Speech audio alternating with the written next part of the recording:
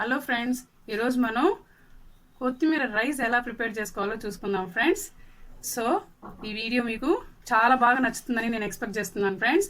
Like చేయండి, share చేయండి, subscribe చేయండి. సబ్స్క్రైబ్ చేసుకున్న తర్వాత పక్కనే ఉన్న బెల్ ఐకాన్ ప్రెస్ చేయడం మాత్రం మర్చిపోకండి ఫ్రెండ్స్. నేను ఇంకేదైనా న్యూ రెసిపీస్ మీకు అప్డేట్ చేసినప్పుడు మీకు నోటిఫికేషన్స్ దానంతట అవే వస్తాయి ఫ్రెండ్స్. ఓకేనా? మరి ప్రొసీజర్లోకి వెళ్ళిపోదామా ఫ్రెండ్స్? ముందుగా అండి, మనం ఈ కొత్తిమీర రైస్ ప్రిపేర్ చేసుకోవడానికి నేను ఒక కట్ట కొత్తిమీర ఆల్రెడీ ఒలిచి పెట్టుకున్నానండి, కడిగేసుకున్నాను కూడా. దాంతోపాటు ఒక లార్జ్ సైజ్ పొటాటో అండి, పెద్ద పొటాటో ఒకటి కట్ చేసి పెట్టుకున్నాను.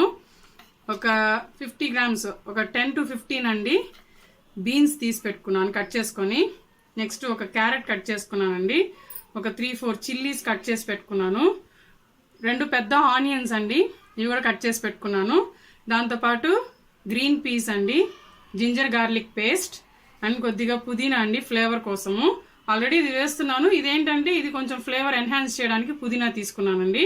నెక్స్ట్ అలానే కొద్దిగా జీడిపప్పు అండ్ హోల్ గ్రెయిన్స్ కొంచెం తీసుకున్నానండి.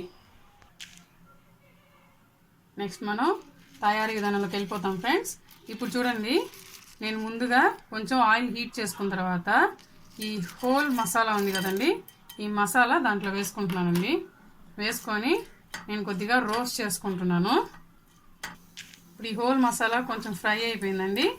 ఈ ఫ్రై అయిపోయిన ఈ హోల్ మసాలాలోకి మనము ఒక స్పూన్ జింజర్ గార్లిక్ పేస్ట్ వేసుకుంటున్నానండి. ఈ జింజర్ గార్లిక్ పేస్ట్ కొంచెం బాగా ఫ్రై చేసుకుందాము. పచ్చివాసన పోయేదాకా ఇలా కొంచెం బాగా ఫ్రై అయిపోయిందండి జింజర్ గార్లిక్ పేస్ట్. దాంట్లోనే నేను జీడిపప్పు యాడ్ చేసుకుంటున్నాను. బ్రేక్ చేసి పెట్టుకున్నానండి ఆల్రెడీ, చిన్న చిన్న ముక్కలుగా నేను కట్ చేసి పెట్టుకున్నాను. ఆ జీడిపప్పుని దీంట్లో నేను యాడ్ చేసుకున్నానండి. ఇది కొంచెం బాగా లైట్గా ఫ్రై అయిపోయిందండి. ఇప్పుడు దీంట్లో మనం ఆనియన్స్ వేసుకున్నాము. ఆనియన్స్ వేసుకొని కొంచెం మీడియం ఫ్లేమ్లోనే ఒక 3-4 మినిట్స్ దీన్ని వేయించుకున్నామండి. ఇది కొంచెం కలర్ చేంజ్ అయ్యేంత వరకు కానీ మనం వేయించుకుంటే రైస్ ఫ్లేవర్ కూడా చాలా బాగుంటుందండి.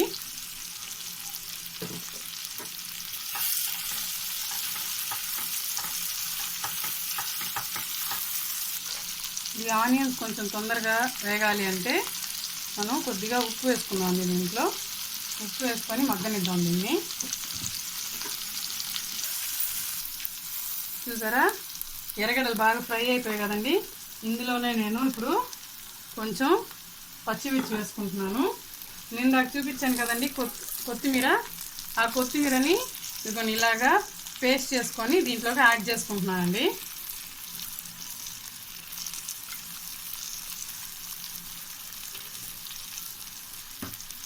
ఇందులోనే నేను పుదీనా కూడా వేసేసుకుంటున్నాను. ఇవన్నీ వేసుకొని ఒక 1 or 2 మినిట్స్ ఫ్రై చేసుకున్నాం అండి. ఎందుకంటే ఆ పచ్చి వాసన పోవాలి కదా, పచ్చి వాసన పోయేంత వరకు కాసేపు వేయించుకుందాము. చూసారు కదండి, ఇలా కొంచెం బాగా వేగిపోయిన తర్వాత ఇప్పుడు దీంట్లో నేను ముందుగా కట్ చేసి పెట్టుకున్న ఉల్లగడ్డ ముక్కలండి, అలానే క్యారెట్, దాంతోపాటు బీన్స్ కూడా యాడ్ చేస్తున్నానండి. ఈ వెజిటబుల్స్ అనేది మీకు ఆప్షనల్ అండి, మీరు కావాలంటే వేసుకోవచ్చు, లేదా మీరు ఓన్లీ కొత్తిమీరతో వరకే రైస్ చేసుకోవచ్చు అండి. అలా చేసుకున్నా కూడా బాగానే ఉంటుంది. ఇది కూడా బాగానే ఉంటుంది. అంటే ఇది పుట్టిగా తినలేని వాళ్ళు ఈ కూర ముక్కలు కూడా వేసుకొని తింటే ఇది కూడా బాగానే ఉంటుందండి. సో ఆప్షనల్, చాయిస్ మీదేనండి. మీరు ఎలా కావాలంటే అలా చేసుకోవచ్చు. వెజిటబుల్స్ కావాలంటే యాడ్ చేసుకోండి, లేదా మామూలుగా కొత్తిమీర వేయించేసుకొని దాంట్లో అయినా సరే రైస్ వేసుకొని ఉడకబెట్టేసుకోండి. ఓకేనా అండి? ఇప్పుడు ఇవి కొంచెం ఫ్రై అయిపోయాయండి. దీంతోపాటు నేను గ్రీన్ పీస్ కూడా వేసుకుంటున్నాను. వేసుకొని ఇది నేను ఆల్రెడీ సోక్ చేసి పెట్టుకున్నానండి రైస్. ఈ రైస్ని ఒక గంట ముందు సోక్ చేసి పెట్టుకున్నాను. ఈ సోక్ చేసి పెట్టుకున్న ఈ రైస్ని కూడా నేను ఇప్పుడు దీంట్లో యాడ్ చేస్తున్నానండి.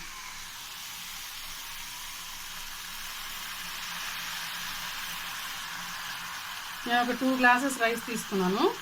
2 గ్లాసెస్కి 4 గ్లాసెస్ వాటర్ అండి. 1:2 రేషియోలో తీసుకోవాలి మీరు.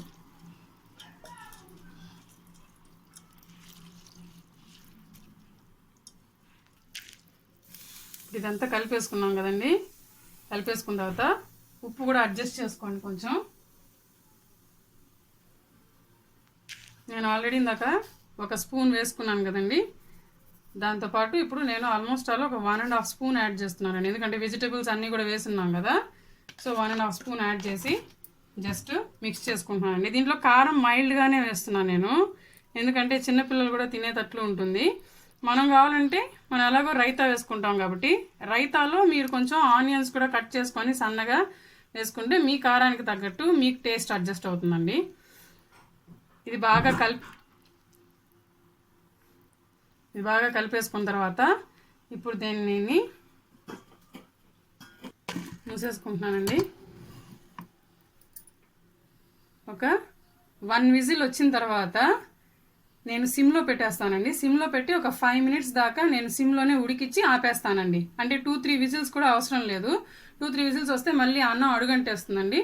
1 విజిల్ వచ్చిన తర్వాత నేను మొత్తం ఒక 5 మినిట్స్ దాకా సిమ్లో పెట్టేసి ఆపేస్తానండి. చూసారు కదండి, 1 విజిల్ వచ్చింది. దాని తర్వాత ఒక 5 మినిట్స్ నేను సిమ్లో పెట్టుకున్నానండి. చూసారా రైస్ ఎంత బాగా ఉడికిందో చూడండి. చాలా బాగా వచ్చిందండి. స్మెల్ అయితే చాలా బాగుంది. అంతే అండి, మీకెంతో ఇష్టమైన మీకెంతో టేస్టీగా అనిపించే కొత్తిమీర రైస్ రెడీ అయిపోయిందండి. ఫైనల్గా దీన్ని నేను కొత్తిమీరతో గార్నిష్ చేసుకుంటున్నాను ఫ్రెండ్స్. అంతే, ఎంతో టేస్టీగా ఎంతో హెల్దీ అయిన కొత్తిమీర రైస్ రెడీ అయిపోయింది friends. Hope you like the video friends. Bye.